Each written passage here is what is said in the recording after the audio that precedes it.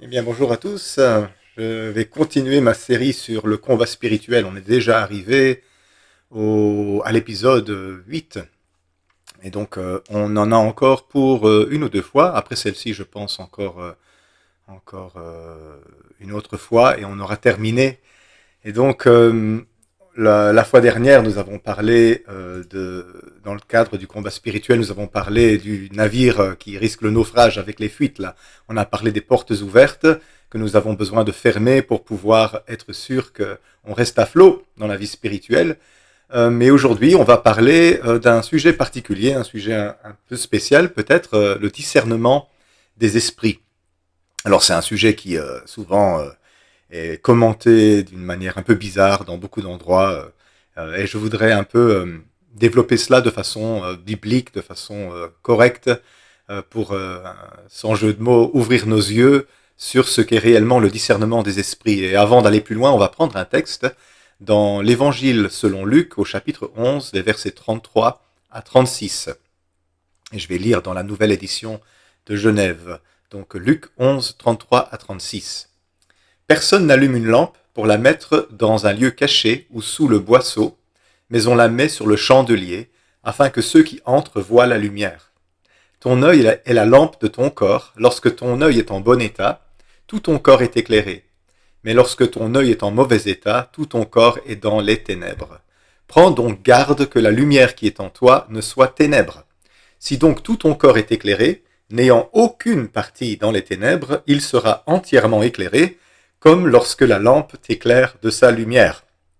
Alors cette déclaration de Jésus sur l'œil comme la lampe du corps est utilisée ici dans l'évangile de Luc, mais aussi dans l'évangile selon Matthieu. Et il l'utilise un petit peu différemment l'un et l'autre. Donc Matthieu, il utilise cette parole de Jésus dans le contexte de l'amour de l'argent. Et pour Matthieu, il a compris que Jésus voulait dire qu'avoir un mauvais œil, c'est avoir un œil cupide, un œil intéressé. Mais ici, Luc, il l'a compris différemment, cette parole de Jésus. Et dans le contexte de Luc, eh bien, ça parle du discernement spirituel. Comment on peut le savoir? Juste avant cette déclaration de Jésus sur l'œil comme la lampe du corps, il y a tout un développement où on accuse Jésus de chasser les démons par Belzébul. Ça, c'est les versets 15 à 20, où les Juifs accusent Jésus de chasser les démons par le diable lui-même. Et puis ensuite, il parle du fait que quand un démon est chassé, il cherche à revenir là où il s'était installé auparavant, et il revient avec 7 esprits plus méchants que lui. Et donc, ça, c'est les versets 24 à 26. Et donc ici, on est juste après ça, et on voit bien donc que Luc a compris cette déclaration de Jésus sur l'œil comme lampe du corps, dans le contexte du discernement des esprits. Et qu'est-ce qu'il veut en fait dire ici? Bien, bon, peut-être qu'on va commenter rapidement ce passage avant d'aller plus loin, comme ça on va comprendre ce que Luc a compris que Jésus voulait dire. Et donc le verset 33, revenons dessus. Personne n'allume une lampe pour la mettre dans un lieu caché ou sous le boisseau, mais on la met sur le chandelier afin que ceux qui entrent voient la lumière. Et donc ce que Jésus est en train de dire ici pour Luc, c'est que on ne peut pas cacher la lumière, elle est faite pour être vue. Puis il dit, ton œil est la lampe de ton corps. Lorsque ton œil est en bon état, tout ton corps est éclairé, mais lorsque ton œil est en mauvais état, tout ton corps est dans les ténèbres. Alors, qu'est-ce que ça signifie ça? Eh bien, de la même manière que ton regard, de la même manière, pardon, que une lampe éclaire, qu'une lampe révèle ce qui est caché, eh bien, ton regard révèle ce qui se passe à l'intérieur de toi. L'œil est la lampe du corps, et donc l'œil illumine, éclaire ce qui se passe, pas juste à l'extérieur, mais à l'intérieur de soi. On peut donc savoir ce qu'un être humain a à l'intérieur de son cœur en faisant attention à ses yeux. Et quand je dis ses yeux, je ne veux pas dire à la forme ou la couleur de ses yeux. C'est pas quelque chose que l'on voit dans le physique. C'est à son regard, c'est-à-dire à ce que sa conscience projette au travers de son regard. Les ténèbres qu'il y a dans le cœur de quelqu'un, ou la lumière intérieure qu'il possède, eh bien, se verront au travers de son regard. Puis les versets 35 et 36, il dit « Prends donc garde que la lumière qui est en toi ne soit ténèbres. Si donc tout ton corps est éclairé, n'ayant aucune partie dans les ténèbres, il sera entièrement éclairé comme lorsque la lampe t'éclaire de sa lumière. » Alors, Ça signifie quelque chose d'additionnel. Donc, il a dit que nos yeux révèlent ce qui se passe à l'intérieur de nous. On voit la lumière intérieure ou les ténèbres intérieures de quelqu'un avec son regard, à travers son regard. Mais ici, il dit quelque chose de plus. Il dit que si on a des ténèbres dans le cœur, nos yeux eux-mêmes sont obscurcis et on ne voit plus clair. La lumière intérieure de quelqu'un l'éclaire extérieurement et les ténèbres intérieures de quelqu'un l'aveuglent extérieurement. Et donc il dit, prenez garde que votre lumière intérieure soit ténèbres, parce qu'alors, vous allez être complètement dans les ténèbres, et alors vous ne verrez pas clair. Mais si vous avez de la lumière à l'intérieur de vous, vous allez être entièrement éclairé, comme lorsque la lampe éclaire quelqu'un de sa lumière. Et donc le regard, il fait deux choses. Il révèle une chose intérieure. Le regard révèle ce qui se passe à l'intérieur du cœur de quelqu'un, mais aussi le regard de quelqu'un l'aveugle ou l'éclaire. S'il a un regard lumineux, il verra clair sur les autres. S'il a un regard enténébré, il ne verra pas clair sur les autres, pas plus qu'il ne voit clair sur lui-même. Alors, pour paraphraser un peu ce que Jésus dit, si tu ne veux pas voir clair sur toi-même, tu ne pourras pas non plus voir clair sur les autres. Et plus tu accepteras de voir clair sur toi-même, plus tu pourras voir clair sur les autres. C'est un peu comme la poutre et la paille, si vous voyez cette autre parole de Jésus. Alors pourquoi est-ce que Jésus dit ça ici ? Bien parce que les pharisiens viennent de l'accuser d'être un suppôt de Satan. Ils viennent de lui dire qu'il chasse les démons par Belzébul. Et donc il est en train de leur parler de leur manque de discernement. En d'autres termes, il leur dit, vous ne voyez pas clair, car vos yeux sont enténébrés. Et vos yeux sont enténébrés parce que vos cœurs sont enténébrés. Et à cause de ça, vous êtes devenus aveugles. Vous prenez l'œuvre du Saint-Esprit pour l'œuvre du diable, et l'œuvre du diable pour l'œuvre du Saint-Esprit. Vous ne voyez pas clair. Et donc ça m'amène à vous parler de ce qu'est le discernement. Effectivement, on peut discerner beaucoup de choses dans le regard de quelqu'un, mais c'est pas simplement quelque chose qui se passe au niveau physique. C'est quelque chose qui est de nature spirituelle. Alors bien sûr, Jésus, il avait tous les dons spirituels, puisqu'il a la plénitude de l'Esprit de Dieu. Jésus a donc aussi le discernement des esprits parmi tous les autres dons, puisqu'il possède la perfection du discernement. Jésus n'avait pas besoin que qui que ce soit lui dise quoi que ce soit sur quelqu'un, car il discernait dans le cœur des hommes. C'était sa capacité spirituelle de discernement. Quand il regardait les gens, il savait reconnaître la ténèbre ou la lumière qu'ils avaient à l'intérieur d'eux. Mais le don spirituel, qu'on appelle le discernement des esprits, existe et il est donné à certains.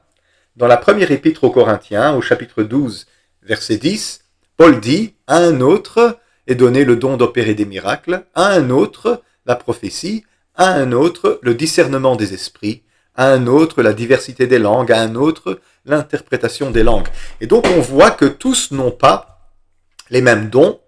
Le Saint-Esprit donne des dons différents à chaque personne. Et donc tous n'ont pas le don de discernement des esprits. Le Saint-Esprit donne à chacun un ou plusieurs dons spirituels comme il le décide. Le discernement des esprits, c'est juste un parmi tant d'autres dons du Saint-Esprit. On peut prier pour le recevoir, parce que 1 Corinthiens 12, 31, Paul dit « aspirez aux dons les meilleurs ». Et donc on peut aspirer, on peut demander de recevoir des dons spirituels, mais en fin de compte, c'est le Saint-Esprit qui décide ce qu'il va nous donner ou ne pas nous donner. Et donc tous n'ont pas reçu le don de discernement des esprits. Certains serviteurs de Dieu ne l'ont pas reçu, d'autres bien. Et si on regarde même dans la Bible, il y a peut-être un indice, c'est peut-être un peu interprétatif ce que je vais dire, mais on voit dans l'épisode où Philippe l'évangéliste descend à Samarie pour évangéliser la ville de Samarie. Il va évangéliser les Samaritains.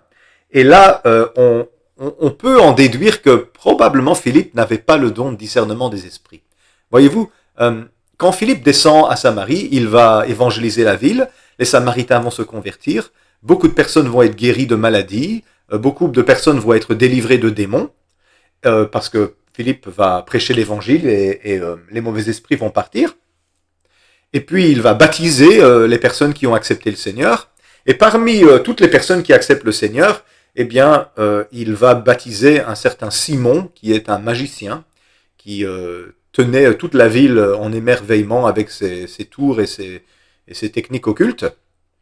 Et puis, les apôtres à Jérusalem entendent dire que les Samaritains ont reçu l'évangile. Alors, Jean et Pierre vont descendre à Samarie pour aller voir ça. Et alors, on voit en Acte 8 que Jean et Pierre, quand ils descendent, ils constatent qu'aucun d'eux n'a reçu le Saint-Esprit quand ils ont cru. Et donc, ils vont se mettre à prier pour les gens. Et quand ils vont imposer les mains aux convertis, le Saint-Esprit va descendre sur eux. Simon le magicien va voir ça. Il va aller dans sa maison chercher tout l'argent qu'il a récolté dans son métier occulte, et il va donner cet argent à Pierre, et il va dire « Donne-moi en échange de cet argent le pouvoir de faire ce que tu fais. Comme ça, quand j'imposerai les mains aux gens, eux aussi recevront le Saint-Esprit. » Et Pierre va se retourner sur lui, et il va lui dire en Acte 8, 23, « Car je vois que tu es dans un fiel amer et dans les liens de l'iniquité. » Et donc, il y a une petite altercation qui éclate entre entre l'apôtre Pierre, et Simon le magicien, parce que Pierre le rabroue pour son intention d'acheter à prix d'argent les dons du Saint-Esprit, et il va faire cette déclaration qui est une déclaration d'ordre du discernement des esprits, car je vois que tu es dans un fiel amer. Donc, il a de l'amertume à l'intérieur de lui, et dans les liens de l'iniquité, donc il est lié par des péchés d'iniquité. Et ça, ce sont des choses que on ne pouvait pas déduire simplement de cette réaction bizarre qu'il a de vouloir donner à Pierre de l'argent pour recevoir les dons spirituels. Évidemment, ça montre qu'il a un problème, mais là, Pierre y voit davantage que ça. Et donc, on peut se demander si Philippe l'évangéliste a bien fait de le baptiser, celui-là, et s'il n'a pas manqué de discernement en baptisant un magicien qui ne s'était pas réellement repenti de ses péchés. Pierre, par contre, le voit et il va lui dire « Tu n'as aucune part dans ces choses », ce qui signifie que il n'a pas d'héritage dans le royaume de Dieu. Ces choses ne sont pas pour lui parce qu'il a un cœur pervers, cupide, mais il est plein d'amertume et dans des liens d'iniquité. Donc, il ne s'est pas repenti de ses péchés. Et Pierre va le rabrouer. Alors on peut donc constater qu'il est possible que certains serviteurs de Dieu n'aient pas le discernement des esprits. Et effectivement, beaucoup de personnes ne l'ont pas. Et quand on a le discernement des esprits, on a l'impression que c'est tellement évident ce qu'on voit, mais les autres personnes ne le voient pas. C'est un don très précieux. Qui est-ce qui devrait y aspirer ? Eh bien, les personnes qui doivent prendre des décisions concernant des gens, qui on va placer à quelle place dans le ministère, dans le service, à qui on va donner des responsabilités dans l'église ou dans un ministère. C'est très important qu'on ait du discernement pour ne pas se faire avoir et ne pas mettre la mauvaise personne à la mauvaise place ou des gens mauvais qui ont un cœur mauvais à des places où ils vont pouvoir faire du mal. Et donc, si vous avez un rôle où vous gérez une équipe de plusieurs personnes ou carrément vous gérez une église, vous avez besoin d'aspirer au don de discernement des esprits pour ne pas vous faire avoir par des personnes qui vous mentent ou qui sont malhonnêtes et qui ont des mauvaises intentions et qui ne sont pas des personnes en qui vous devriez mettre votre confiance. Alors, qu'est-ce qu'il en est du reste d'entre nous si on n'a pas le don de discernement des esprits? On y a aspiré, on l'a demandé à Dieu, mais c'est résolument pas ce que Dieu a envie de nous donner. Est-ce que ça veut dire qu'on est condamné à ne pas avoir de discernement? Eh bien non, j'ai une bonne nouvelle pour vous. On acquiert du discernement et Dieu, avec l'expérience, augmente notre discernement. Je voudrais prendre un passage dans l'Épître aux Philippiens, au chapitre 1er, versets 9 à 10. Philippiens 1, 9 à 10, Paul dit « Et ce que je demande dans mes prières, c'est que votre amour augmente de plus en plus en connaissance et en pleine intelligence pour le discernement des choses les meilleures, afin que vous soyez purs et irréprochables pour le jour de Christ. » Et donc Paul il dit ici qu'on peut augmenter, grandir dans le discernement en général. Bon, c'est pas le discernement des esprits, le don de discernement des esprits, mais c'est un discernement général ici. Et comment est-ce qu'on grandit dans le discernement? Eh bien, il dit deux choses. Il dit, je prie pour vous que votre amour augmente de plus en plus en connaissance et en pleine intelligence pour le discernement. Et donc, comment on acquiert du discernement? Eh bien, il dit qu'il faut que notre amour augmente en connaissance et en pleine intelligence. Alors peut-être qu'en français comme ça, vous ne voyez pas, mais en grec, c'est assez clair. Hein. Donc il est en train de dire que notre amour a besoin de mûrir. Il a besoin de mûrir dans deux domaines. Premièrement, ce qu'il appelle ici la connaissance, hein, c'est epignosis en grec, ça veut dire véritable connaissance, c'est la connaissance intime de Dieu. On pourrait dire grandir en intimité avec Dieu.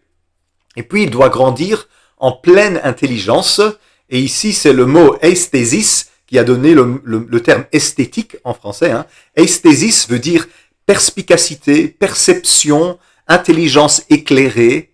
C'est cette capacité à discerner les choses avec précision. Et donc qu'est-ce qu'il est en train de dire ici, et c'est très important, pour qu'on grandisse dans le discernement et qu'on soit capable de discerner les choses les meilleures, il faut que notre amour évangélique, notre amour chrétien, grandisse, mûrisse, et qu'il grandisse dans l'intimité avec Dieu, et qu'il grandisse en perspicacité, en perception, en intelligence éclairée. Et ça, c'est très important, et je veux vraiment insister là-dessus aujourd'hui, parce que c'est un véritable fléau dans les églises chrétiennes. L'amour immature, l'amour religieux, l'amour sentimentaliste empêche le discernement spirituel. Et c'est peut-être la meilleure manière d'éteindre votre discernement, c'est que vous ayez dans votre vie non pas un amour qui est éclairé, un amour qui vient de votre intimité avec Dieu, mais un amour qui vient simplement de vos sentiments et de vos conceptions religieuses. L'amour religieux, l'amour sentimentaliste, c'est la meilleure manière d'éteindre votre discernement spirituel. Et qu'est-ce que je veux dire par là ? Eh bien, quand on est rempli d'amour sentimentaliste et d'un amour religieux, gnangnan, mon frère, ma sœur, je t'aime de l'amour du Seigneur, eh bien, on éteint le discernement du Saint-Esprit parce que nos sentiments nous empêchent de voir ce que le Saint-Esprit essaie de nous montrer sur les autres. Si le Saint-Esprit montre à quelqu'un de sentimentaliste que cette personne a quelque chose de mauvais dans son cœur, eh bien, l'amour sentimentaliste, l'amour religieux va éteindre tout de suite ça en se disant « Ah non, je ne peux pas penser du mal de mon frère ou de ma sœur, tout le monde il est beau, tout le monde il est gentil, on ira tous au paradis. » Et voilà, le sentiment comme ça peut empêcher le discernement parce que le Saint-Esprit nous avertit de quelque chose de pernicieux et notre romantisme, notre sentimentalisme éteint le discernement parce qu'on a peur de voir ou de penser quelque chose de négatif sur quelqu'un d'autre. Et c'est pour ça que notre amour a besoin de grandir et de devenir de plus en plus mûr au niveau de l'intimité avec Dieu, donc dans la véritable connaissance, et au niveau de la lumière, il a besoin d'être éclairé, de devenir perspicace, de grandir en perception, c'est-à-dire de ne pas avoir un amour naïf et aveugle. L'amour religieux, sentimentaliste, qui remplit les églises évangéliques, éteint le discernement des chrétiens, et les empêche de développer le don de discernement des esprits. Et c'est donc un fléau qu'il faut éradiquer, c'est-à-dire que nous ne devons pas confondre nos émotions, notre sentimentalisme, notre romantisme avec l'amour qui vient de Dieu. L'amour de Dieu n'est jamais naïf. Dieu nous aime, mais il voit très très très clair sur nous. Le romantisme, par contre, nous empêche de voir clair sur les autres, parce que nous voyons toujours que le bien, et nous pensons le meilleur de tous, et nous sommes alors incapables de voir quand il y a quelque chose qui ne va pas. Donc l'amour sentimentaliste et religieux aveugle les cœurs et empêche les chrétiens de discerner par le Saint-Esprit. Mais il y a d'autres choses que l'amour sentimentaliste qui peut éteindre le discernement des esprits. Je pense qu'il y en a au moins une dizaine, je vais vous en citer quelques-unes des choses qui peuvent éteindre votre discernement. Le statut de quelqu'un, son titre, ça peut éteindre votre discernement. Si quelqu'un a un titre honorifique, c'est un pasteur, c'est un apôtre, c'est un ministère itinérant, c'est un docteur en je ne sais pas quoi, eh bien, on a tendance à penser du bien de lui à cause de son titre, on va être aveuglé par son titre. Et donc, on n'osera pas discerner clairement ce qui se passe parce que le titre va nous aveugler. Il en est de même de la réputation de quelqu'un. Quelqu'un qui a une très bonne réputation, eh bien, sa réputation le précède et on aura un a priori positif à son égard. Ça peut aveugler notre discernement. La pression du groupe aussi peut aveugler notre discernement. On peut avoir peur de déplaire au groupe ou avoir envie de leur plaire Et donc, parce que le groupe pense du bien de quelqu'un, ça éteint notre discernement à son égard. Parce on n'aime pas être le seul qui pense quelque chose. On aime bien se ranger avec les autres et être d'accord avec le plus grand nombre. Enfin, la plupart d'entre nous, en tout cas. Autre chose qui peut aveugler le discernement, nos préjugés ou nos stéréotypes. On a déjà décidé d'avance, on sait déjà ce qu'on pense, et donc, quand on est confronté à quelqu'un, on a déjà pris notre décision. Par exemple, quelqu'un de raciste va avoir du mal à discerner correctement quelqu'un qui est d'une race qu'il n'aime pas. Et je voudrais pas prendre l'occasion pour vous dire que le racisme est un péché. Quelqu'un qui est sexiste, par exemple quelqu'un qui pense qu'une femme, rien de bon ne peut venir d'elle, il a déjà un préjugé, ça va éteindre son discernement, parce qu'il est plus capable de voir clairement ce qui se passe dans la vie de l'autre, parce qu'il est aveuglé par ses préjugés. Autre chose qui aveugle le discernement, la familiarité. Plus on est proche de quelqu'un, moins on est objectif à son sujet. Et c'est pour ça que je pense qu'on n'est jamais aussi bon en discernement que dans les premiers instants où on rencontre quelqu'un. J'appelle ça la règle des 30. C'est les 30 premiers mots qu'une personne dit, les 30 premières secondes de la conversation, les 30 centimètres qui nous séparent d'elle. Eh bien, c'est dans ce face-à-face initial que le meilleur du discernement s'opère. Parce qu'on n'a pas d'a priori. On découvre cette personne pour la première fois. Les premiers mots qui vont sortir de sa bouche, ça va nous éclairer. L'impression que l'on a d'elle en parlant avec elle, en la regardant, ça va nous éclairer. Mais puis, quand on va commencer à la connaître, eh bien, la familiarité va tout doucement émousser notre discernement spirituel. Donc, faites bien attention aux premiers instants où vous rencontrez quelqu'un. C'est le meilleur moment de discerner. Ça m'arrive parfois que on me présente un pasteur, on dit tiens, je voudrais que tu rencontres un de mes amis, c'est le pasteur un tel, et alors je dis ah bah oui d'accord, je veux bien le rencontrer, et on me le présente, et à l'instant où on me le présente, je me dis aïe, ça c'est pas du tout quelqu'un avec qui j'ai envie d'être en relation. Il y a quelque chose de pas normal, de pas bon dans son cœur. Pourtant je ne sais rien sur cette personne, on m'en dit du bien, mais j'ai ce discernement qu'il y a quelque chose qui ne tourne pas rond dans son cœur. Et alors, je suis parfois un peu mal à l'aise parce que évidemment, ça ne se fait pas de le dire. Et donc, ce que je vais faire, c'est me taire et essayer de garder des distances. Et alors, c'est parfois un peu malaisant parce que ce pasteur, il dit ah, est-ce que tu veux pas venir prêcher dans mon église? Et je dis oui, peut-être à l'occasion, on verra. J'essaye de noyer le poisson parce que j'ai pas envie de lui dire écoute. J'ai une mauvaise impression de toi par le Saint-Esprit, je préfère ne pas m'associer avec toi. Donc voilà, ça c'est comme ça que ça se passe les 30 premières secondes. Ensuite, qu'est-ce qui peut encore aveugler notre discernement spirituel? Ah oui, ça, l'intérêt personnel. Quand on a un intérêt personnel envers une personne, eh bien ça peut aveugler notre discernement. Si on profite de ce que quelqu'un nous donne, si cette personne nous rend service ou nous offre des cadeaux, eh bien, on aura tendance naturellement à la voir sous son meilleur jour. C'est pour ça que Proverbe 19:6 dit « Beaucoup de gens flattent l'homme généreux, et tous sont les amis de celui qui fait des présents. » Ah oui, les cadeaux, les pots de vin, ça aveugle. Et donc, il faut faire attention à ça. Je l'ai souvent vu. On peut avoir un discernement qui vient vraiment de Dieu vis-à-vis d'une personne, mais cette personne commence à nous rendre service, à nous flatter, à nous offrir des cadeaux, et puis tout d'un coup, on commence à penser du bien d'elle. Et bien ça, c'est les présents qui aveuglent le discernement. Donc faisons attention, quand quelqu'un nous rend service, quelqu'un nous offre des cadeaux, quelqu'un nous flatte ou nous donne des compliments, ça peut aveugler notre discernement. Encore deux petites choses qui peuvent aveugler le discernement. L'orgueil spirituel.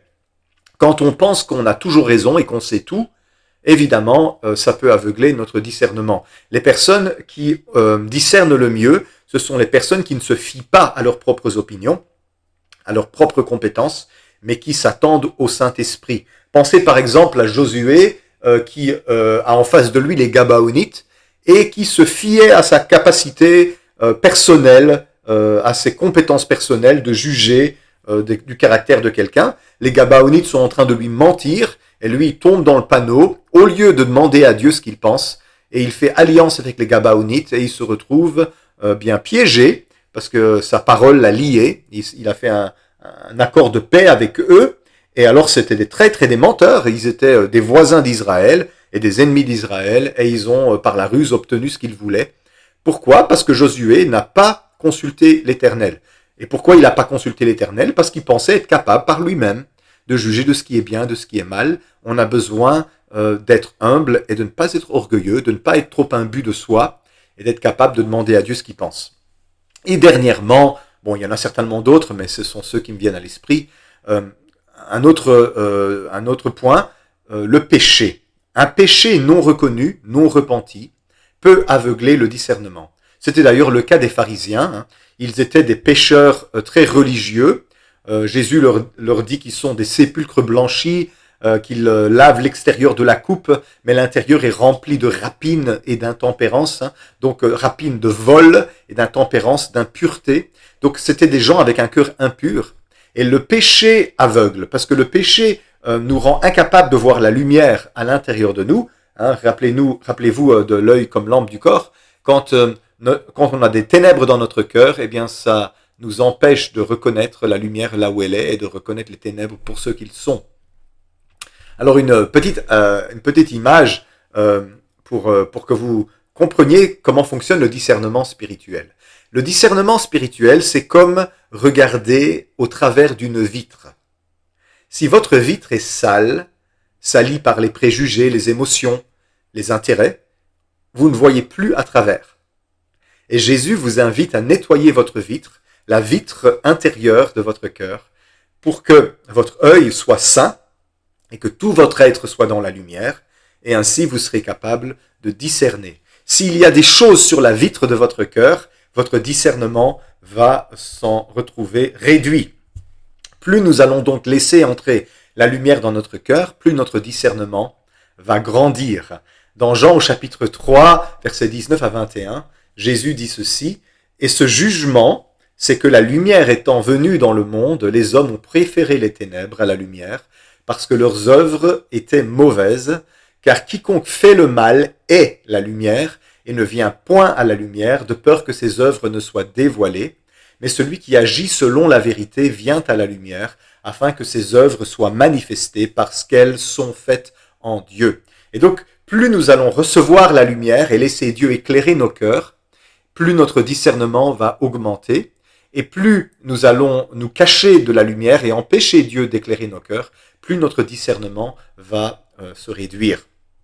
Alors je disais dans 1 Corinthiens 12, 10 que le discernement des esprits est un don, mais attention, le discernement des esprits, ce n'est pas du tout ce que certains charlatans vous racontent dans le monde charismatique, où on vous dit qu'ils ont le discernement des esprits et donc ils voient des fantômes, des esprits en dessous des chaises, ils voient des entités qui traversent les maisons, qui habitent dans les plafonds. Ça, c'est pas le discernement des esprits. L'expression en grec, en 1 Corinthiens 12, 10, le discernement des esprits, c'est diakrisis pneumatone. Ça veut dire la distinction des esprits. C'est pas donc le don de voir les esprits, c'est le don de distinguer les esprits entre eux.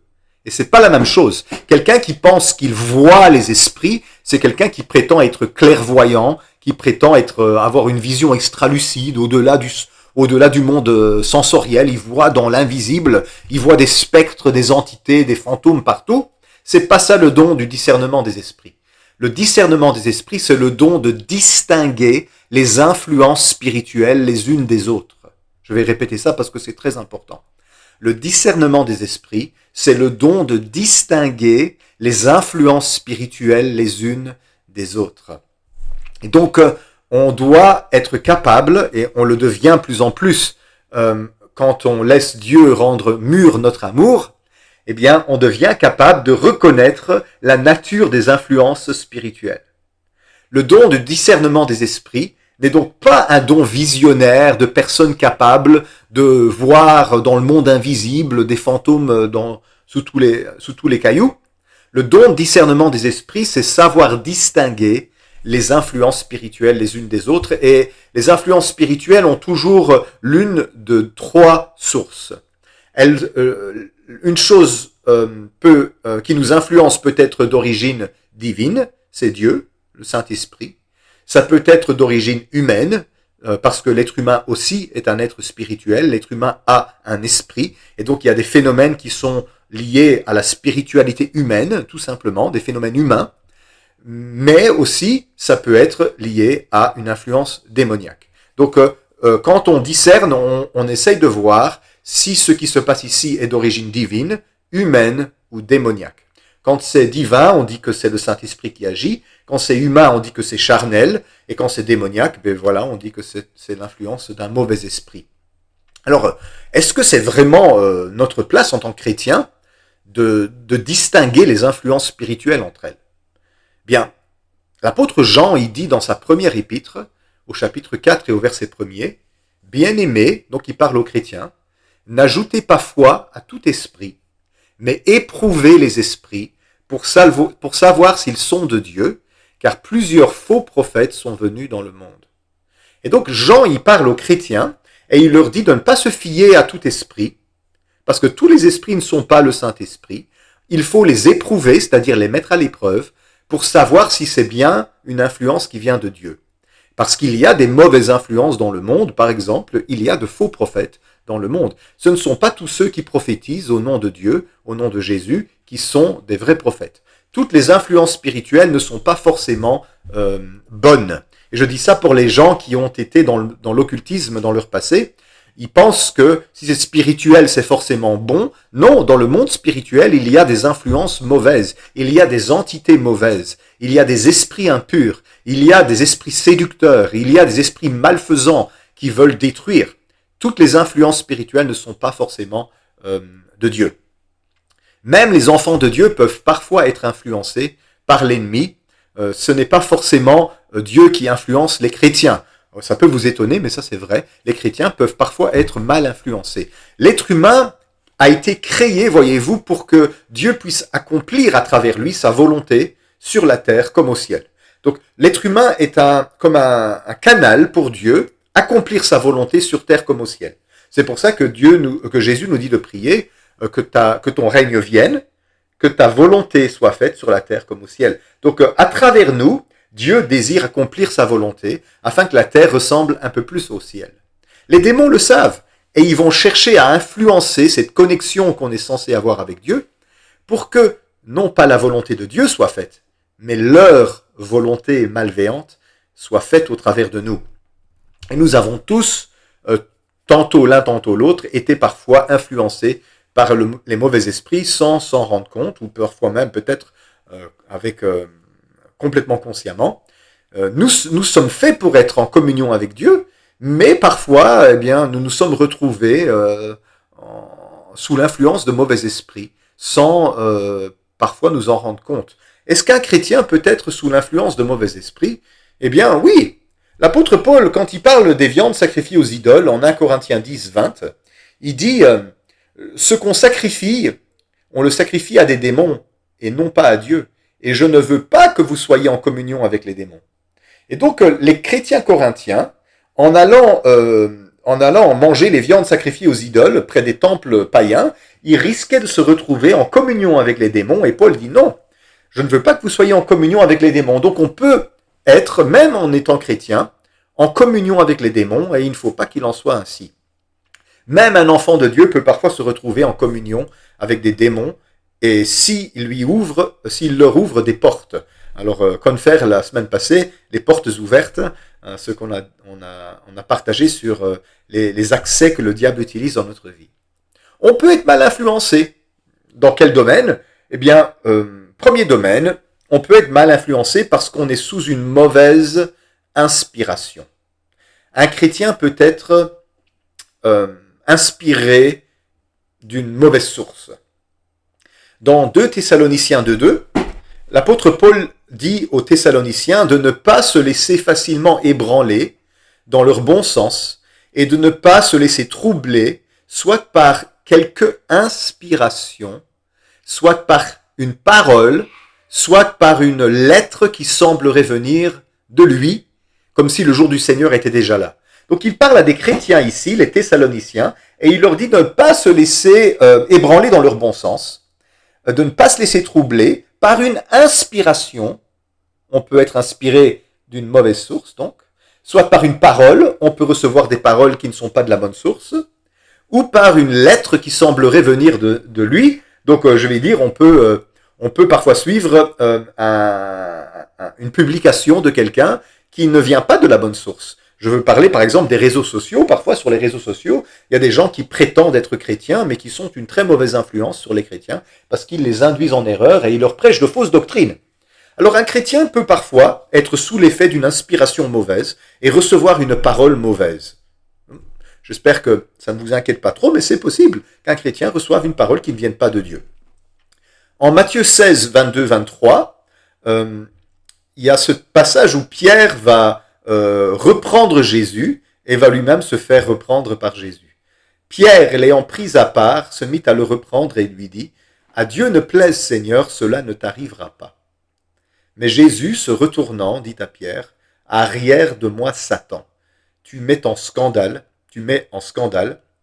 car tes pensées ne sont pas les pensées de Dieu, mais celles des hommes. » Alors, qu'est-ce qui se passait là? Eh bien, parce que Pierre avait des conceptions charnelles, il n'avait pas des pensées démoniaques, mais ses pensées n'étaient pas celles de Dieu, mais celles des hommes, eh bien, il se retrouvait là en mauvaise posture, il avait une mauvaise inspiration, il avait une mauvaise influence, il était pour Jésus comme un Satan, donc un adversaire.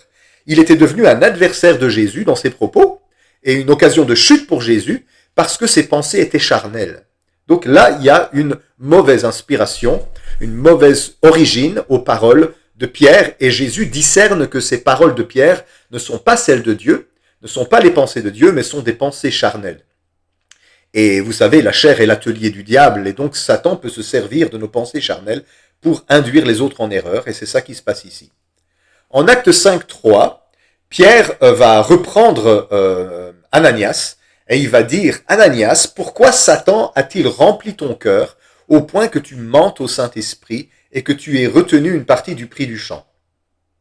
Donc, Ananias était un des chrétiens de Jérusalem, avec sa femme Saphira. Ils avaient décidé de commun accord de mentir à Pierre, de mentir au Saint-Esprit, et de vendre leur champ en faisant penser à l'Église qu'ils avaient donné à tout le prix du champ à l'Église, alors qu'en fait, ils retenaient une partie pour eux-mêmes, et ils avaient menti au Saint-Esprit. Ils sont tombés morts, vous connaissez l'histoire, c'est un jugement de Dieu, pas parce qu'ils ont menti à Pierre, mais parce qu'ils ont menti au Saint-Esprit. Mais Pierre lui dit, « Pourquoi Satan a-t-il rempli ton cœur, au point que tu mentes au Saint-Esprit ?» Et donc, il est possible que un chrétien soit influencé par le diable, au point que son cœur soit rempli par les pensées du diable. Même des gens prophétiques peuvent être parfois mal influencés. Ça m'est déjà arrivé de recevoir des prophéties de la part de personnes qui ont une mauvaise influence sur leur vie. Je crois que on doit faire attention, particulièrement dans le domaine prophétique, quand quelqu'un prétend nous partager une pensée qui viendrait de Dieu. On a le devoir, on l'a lu tout à l'heure dans l'épître de Jean, il y a des faux prophètes qui viennent dans le monde. Et un faux prophète, c'est pas quelqu'un qui commet une erreur. Un faux prophète, c'est quelqu'un qui est sous une mauvaise influence et qui essaye de nous influencer d'une manière mauvaise. Alors, en 1 Thessaloniciens 5, 19 à 23, l'apôtre Paul dit ceci. « N'éteignez pas l'esprit, ne méprisez pas les prophéties. » Et donc, quand on est méprisant pour ce qui est prophétique, on éteint le Saint-Esprit. Je dis ça à toutes les personnes qui sont contre la prophétie, qui empêchent la prophétie dans leur communauté. C'est une façon d'éteindre le Saint-Esprit parmi vous. Vous allez éteindre le feu de l'Esprit. Mais c'est pas parce qu'on accepte la prophétie parmi nous qu'on doit être naïf. Examinez toutes choses, il dit, et retenez ce qui est bon. Abstenez-vous de toute espèce de mal, que le Dieu de paix vous sanctifie lui-même tout entier, et que tout votre être, l'esprit, l'âme et le corps, soit conservé irréprochable lors de l'avènement de notre Seigneur Jésus-Christ. Et donc il est en train de parler ici du contexte de la prophétie, où il y a des personnes qui empêchent la prophétie, ils éteignent l'esprit, mais il y a d'autres personnes qui acceptent la prophétie et n'examinent rien. Et il nous dit qu'on doit examiner les prophéties, on ne doit pas considérer que tout est forcément bon. Dans la prophétie de n'importe qui, il peut y avoir une partie qui n'est pas d'une bonne source. Alors quand je dis que c'est pas une bonne source, il peut y avoir dans une prophétie qui est globalement bonne, il peut y avoir des éléments qui sont d'origine charnelle, c'est-à-dire la personne, ses propres déductions, ses propres intentions, ses propres observations. Et parfois, malheureusement aussi, il peut y avoir des choses qui viennent d'une mauvaise origine, que c'est pas le Saint-Esprit qui inspire, mais que c'est un mauvais esprit qui inspire, et j'ai déjà vu ça plusieurs fois. Et généralement, cela se passe quand les gens ne s'abstiennent pas de toute espèce de mal, comme il dit aussi ici au verset 22. On doit se sanctifier, que tout votre être, esprit, âme et corps soit saint, sanctifié tout entier et conservé irréprochable. C'est-à-dire, abstenez-vous de toute espèce de mal, parce que quand on vit dans le péché, eh bien notre filtre devient sali, notre vitre est sale, et donc quand Dieu parle au travers de nous, eh bien on va avoir tendance à salir la parole de Dieu, parce qu'on laisse passer des choses qui ne sont pas de Dieu, que ce soit d'origine démoniaque ou d'origine charnelle. Et on a besoin, quand on écoute une prophétie, de discerner quelle est la part de la personne, quelle est la part qui pourrait être éventuellement d'une mauvaise origine, et qu'est-ce qui vient vraiment de Dieu. Alors le manque de sanctification de quelqu'un, c'est-à-dire ne pas s'abstenir du mal, peut conduire un vrai prophète à mal prophétiser, soit sous une inspiration charnelle, soit sous une inspiration démoniaque. Et j'en ai vu. Je suis dans les églises depuis que je suis petit garçon, depuis que j'ai 7 ans, je suis dans les églises. J'en ai vu des fausses prophéties qui sont dites par de vrais chrétiens, et des chrétiens qui se trompent, ou parfois des chrétiens qui ont une mauvaise influence dans leur vie. 2 Pierre 1, 21 dit « Ce n'est pas par une volonté d'homme qu'une prophétie a jamais été apportée, mais c'est poussé par le Saint-Esprit que des hommes ont parlé de la part de Dieu. » Donc, de la même manière que c'est poussé par l'Esprit de Dieu qu'une prophétie vraie est donnée, eh bien c'est poussé par un autre esprit qu'une fausse prophétie est donnée. Dans la Bible, il y avait des prophètes qui prophétisaient par Baal. Ils prophétisaient au nom de Dieu.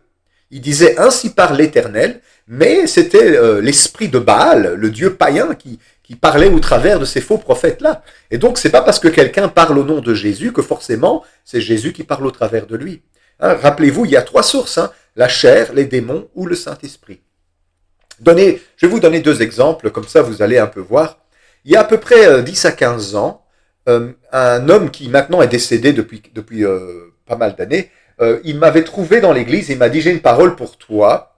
Il m'a dit « Dieu m'a montré que tu vas devenir célèbre ». Alors quand il a dit ça directement, je commençais à me méfier de cette parole, parce que c'était me frotter la manche. Dieu m'a dit que tu allais devenir célèbre, un journaliste de la RTBF va te contacter, et tu vas passer à la télévision, et tu vas faire un reportage, un documentaire, et tu vas devenir célèbre. Et puis le Seigneur me montre que tu vas passer par un temps financier très difficile, mais il ne faut pas t'inquiéter, Dieu va s'occuper de toi. Alors, c'était il y a 10-15 ans cette parole-là, elle ne s'est jamais accomplie. Mais je n'avais pas besoin d'attendre 10-15 ans pour juger, parce que quand il me parlait, je sentais qu'il y avait une mauvaise influence derrière cette parole, et je lui ai dit, attention, ce que tu fais là, c'est pas de Dieu. Cette prophétie, elle ne vient pas d'une bonne source, il y a un lien d'iniquité dans ta vie à cause de l'occultisme et tu as besoin de faire de la relation d'aide pastorale pour être libéré de ce truc-là parce que ce n'est pas le don de prophétie, ça c'est un truc de voyance qui vient de ta famille et Dieu veut t'en libérer. Alors ce monsieur s'est fâché, il a quitté l'église et puis quelques années plus tard on l'a retrouvé en train de parler aux jeunes femmes dans les réunions où il allait et il disait aux jeunes femmes que Dieu lui avait révélé que c'était elle qui allait devenir son épouse. Et donc là, une prophétie manipulatrice, en veux-tu, en voilà. Cette personne a vraiment mal tourné. Maintenant, il est décédé. Je ne pense pas que c'est lié, je dis ça comme ça, mais voilà. Ça, c'est un exemple. Ça, c'est un exemple que j'ai vécu d'une fausse prophétie dite par quelqu'un qui est un chrétien baptisé, qui est né de nouveau, qui a vraiment la foi en Jésus, mais il était sous une mauvaise influence. Dans son cas, c'était parce qu'il y avait des liens occultes dans sa vie, qui étaient familiaux, et il n'en était pas détaché, et il servait Dieu sans se rendre compte peut-être qu'il était sous une influence démoniaque.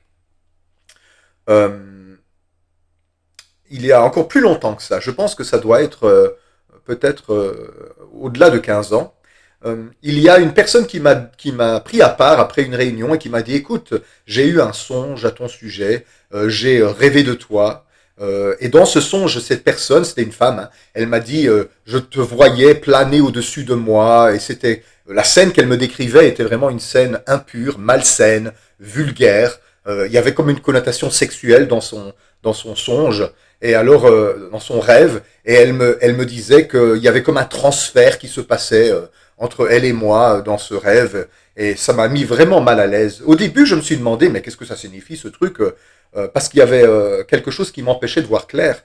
Mais plus tard, j'ai compris qu'en fait, cette personne avait une mauvaise influence dans sa vie. Et en fait, c'était pas le Saint-Esprit qui lui avait révélé ça, c'était quelque chose d'impur, c'était un esprit d'impureté qui se manifestait là, et je ne sais pas quelles étaient ses intentions, mais en tout cas, ses intentions n'étaient pas très nettes en me donnant ce rêve-là, c'était une intention malsaine.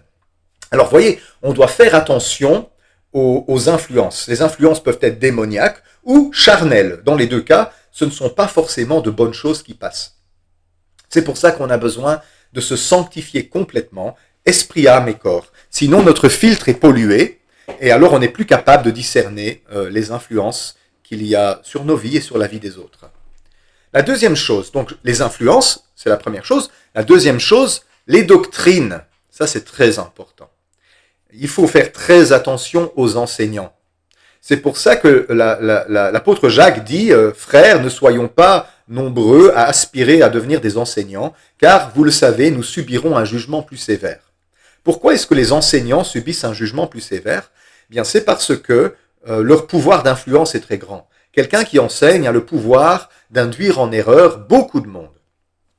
En 1 Timothée 4.1, l'apôtre Paul dit « Mais l'Esprit dit expressément que dans les derniers temps, quelques-uns abandonneront la foi pour s'attacher à des esprits séducteurs et à des doctrines de démons. » Il y a des doctrines de démons. Et qui sont ces personnes qui s'attachent à des esprits séducteurs et à des doctrines de démons ? Eh bien, dans 1 Timothée 4.1, ce sont des chrétiens.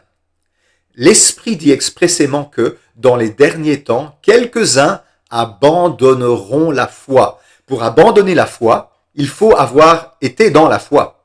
Et donc, des personnes qui ont professé d'être chrétiens, qui avaient la foi, se sont détournées et ont abandonné leur foi pour s'attacher à des esprits séducteurs et à des doctrines de démons. Et vous savez, malheureusement, ils ne quittent pas forcément le monde chrétien. Ils continuent à y chercher à influencer les autres et à prêcher des fausses doctrines. De là naissent toutes les sectes et tous les mouvements qui sont déviants au sein du christianisme. Il y en a dans l'église catholique, il y en a dans l'église orthodoxe, il y en a dans les églises protestantes, des personnes qui restent dans les églises mais qui enseignent des doctrines de démons, et beaucoup de personnes se font avoir. Et l'Esprit le dit expressément, donc c'est un avertissement solennel que nous devons faire attention aux doctrines. Derrière certains enseignements, il y a parfois un esprit d'erreur, un esprit démoniaque qui cherche à égarer les gens qui écoutent. Et je ne vais pas parler des catholiques et des orthodoxes, je vais parler des protestants. Au milieu des protestants, la grande famille des protestants, ça arrive qu'il y ait des personnes qui enseignent des doctrines de démons. Par exemple, dans le monde charismatique, donc ceux qui croient aux dons spirituels, ça arrive. Récemment, depuis quelques années, il y a un enseignement qui circule dans le monde charismatique qui dit que les morts en Christ ne sont pas morts, mais ils sont vivants pour Dieu et ils peuvent nous parler. Et peut-être que vous n'êtes pas au courant de ça. Mais dans le monde charismatique, il y a des gens qui prétendent recevoir des visitations ou des messages de la part de saints, de chrétiens, qui sont morts et qui sont au ciel et qui viennent leur partager un message de la part de Dieu ou de la part du ciel. Bien, je suis désolé, mais ça, c'est de la nécromancie. C'est un péché abominable aux yeux de Dieu. Les morts n'ont pas part à ce qui se passe sur la terre des vivants, et il est interdit de chercher à communiquer avec eux. Évidemment, au travers de Jésus, la grande nuée de témoins, nous sommes en communion avec tous ceux qui nous ont précédés, mais nous ne communiquons pas avec eux. Il n'y a pas de message qui vient des saints du ciel vers nous, ni de nous vers eux.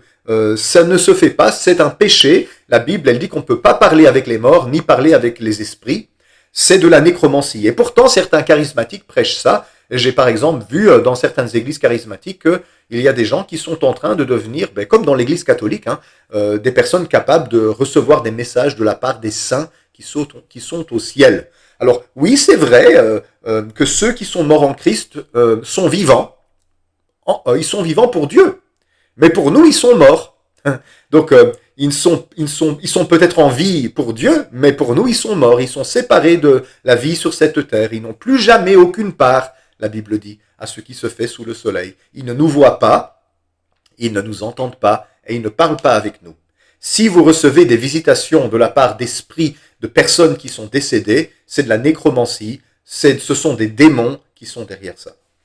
Alors ça c'est pour un exemple de doctrine de démons dans les églises charismatiques. Mais vous allez dire, et les chrétiens évangéliques traditionnels, eux ils n'ont pas de doctrine de démons? Ben si. Par exemple, dans les églises évangéliques traditionnelles, ceux qui ne croient pas aux dons spirituels, il y a une grande doctrine de démons. Celle-ci. Dieu n'accomplit plus de miracles aujourd'hui. Les dons du Saint-Esprit ont cessé à la mort des apôtres et à la fin de la formation du Nouveau Testament. Quand la Bible a été achevée, eh bien, les dons surnaturels ont cessé, les miracles ont cessé, et donc il n'y a plus de prophètes, il n'y a plus d'apôtres, il n'y a plus de prophéties, il n'y a plus de dons de guérison, il n'y a plus de discernement des esprits, il n'y a plus de paroles de connaissance et de paroles de sagesse, il n'y a plus de langue ni d'interprétation des langues, il n'y a plus tout ça. Eh bien, la Bible dit ça nulle part. Il n'y a aucun texte dans la Bible qui dit que les dons spirituels ne sont plus pour ce temps. Et même la Bible, elle exhorte les chrétiens à aspirer aux dons spirituels. Et donc, en fait, les personnes qui disent qu'il ne faut pas aspirer aux dons spirituels, ils se positionnent en opposition nette à ce que la Bible enseigne. La Bible, elle nous dit d'aspirer aux dons spirituels. Et donc, c'est une doctrine de démon parce que ça coupe complètement l'œuvre du Saint-Esprit, ça éteint l'œuvre du Saint-Esprit dans les églises. Et puis, eh bien, nous sommes réduits à un niveau juste de rationalisme. Voilà, nous sommes juste là à commenter la Bible. Voilà, on lit la Bible, on commente la Bible. C'est tout ce qu'on peut faire parce que le Saint-Esprit ne parle plus, le Saint-Esprit n'accomplit plus d'œuvres surnaturelles au milieu de nous. Il a arrêté tout d'un coup. Bon, Jésus pourtant est le même hier, aujourd'hui, éternellement, mais le Jésus des évangéliques traditionnels, il ne fait plus ce qu'il faisait avant. Et ça, pour moi, c'est une doctrine de démon. Alors, dans les églises plus traditionnelles, les églises protestantes historiques, comme les luthériens, les réformés, les calvinistes, est-ce qu'il y a des doctrines de démons? Il y en a encore plus, beaucoup plus.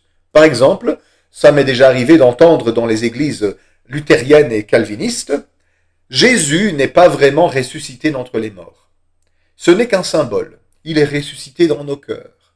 On nous dit des choses comme ça. Le sang de Jésus n'a pas effacé nos péchés. C'est juste un symbole. Jésus est un martyr. Il est mort parce qu'il a prêché l'amour et les gens n'ont pas aimé. Ils l'ont tué. Et il n'est pas vraiment ressuscité. Les morts ne ressuscitent pas. Il y a des gens qui croient ça. Ce sont des gens qui sont de type libéraux. C'est de la théologie libérale qu'on retrouve souvent dans les églises protestantes historiques, comme le luthéranisme, le calvinisme, en Amérique, les presbytériens.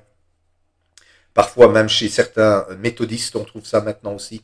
Des doctrines libérales où on ne croit plus en rien. Tout près de chez moi, il y a une église où on ne croit pas à la résurrection des morts, on ne croit pas que le sang de Jésus a coulé pour effacer nos péchés, on ne croit pas à la résurrection des morts et des choses comme ça, on ne croit pas aux esprits, on ne croit pas à la nouvelle naissance. Bien pour moi, ça c'est une doctrine de démon. Alors, vous voyez, chez les protestants, il peut y avoir, dans toutes les traditions protestantes, des doctrines de démons. Un mauvais enseignement va vous conduire dans l'erreur, vous priver de ce que Dieu veut vous donner, et vous faire vous égarer dans des choses qui vont vous éloigner loin de Dieu, vous faire ouvrir des portes à des influences démoniaques dans votre vie. Et le troisième point que j'allais vous partager, je le garderai pour la prochaine fois parce que le temps se fait un peu court aujourd'hui. Mais donc ces deux points-là, c'est les deux sur lesquels je voudrais qu'on mette l'emphase aujourd'hui. On doit discerner les influences spirituelles parce qu'elles peuvent être de Dieu, de l'être humain ou du diable.